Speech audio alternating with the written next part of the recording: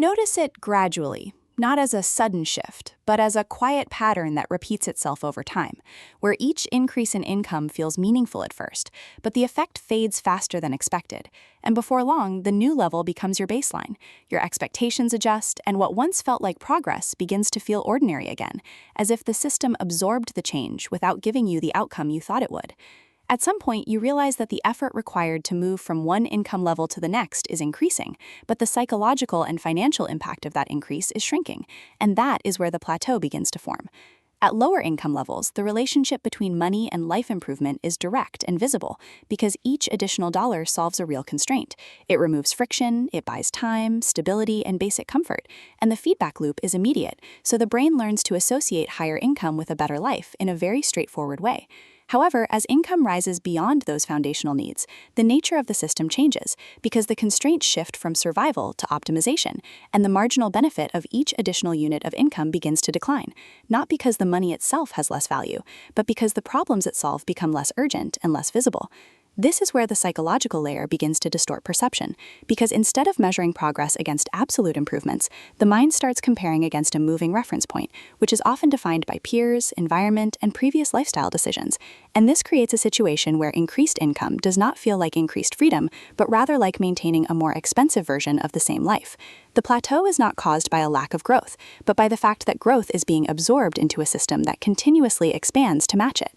When you look at the math behind this effect, the pattern becomes clearer, because income growth tends to follow a linear or step-based progression, while expenses and expectations often scale in a more elastic way, expanding with each increase in capacity. And this creates a divergence where the net improvement in financial position grows much slower than the gross increase in income. For example, if income increases by a fixed percentage, but a portion of that increase is consistently redirected toward higher fixed costs, lifestyle upgrades, and social signaling, then the effective gain in financial flexibility becomes compressed, and over time, this compression creates the feeling that more money is no longer translating into meaningful progress. At the same time, the structure of income itself introduces another layer to the plateau, because active income is inherently tied to time, energy, and attention, and as those inputs approach their natural limits, the ability to scale income further becomes constrained, which means that each additional increase requires disproportionately more effort, more specialization, or more risk. This creates a situation where the cost of earning more rises faster than the benefit derived from it, reinforcing the perception that the system is no longer responding in the same way it once did. From a systemic perspective, this is not a flaw in individual behavior, but a predictable outcome of how economic and psychological systems interact, because the environment incentivizes visible upgrades and immediate consumption, while the benefits of long-term compounding remain abstract and delayed. And this imbalance directs incremental income toward maintaining status and comfort, rather than building leverage. The plateau is therefore not just a financial phenomenon, but a structural one, where the pathways for converting income into long-term wealth become less intuitive and less reinforced by immediate feedback. The shift begins when the focus moves away from income as the primary metric of progress, and toward the mechanisms that determine how income is allocated and compounded over time. Because beyond a certain threshold, the difference between stagnation and growth is no longer driven by how much is earned, but by how much of that income is converted into assets that can operate independently of active effort. This is where the system transitions from a linear model, where output is directly tied to input, to a more exponential model, where accumulated capital begins to generate its own momentum.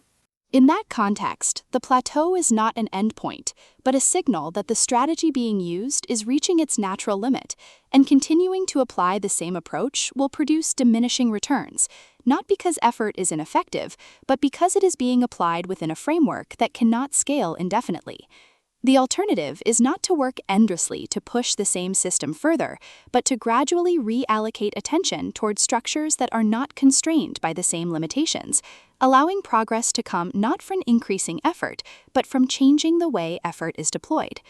Over time, this creates a different relationship with income, where increases are no longer immediately absorbed by expanding expectations, but are instead partially redirected into systems that compound. And this shift, while subtle at first, begins to separate income from lifestyle in a way that restores the sense of progress that initially drove the pursuit of higher earnings.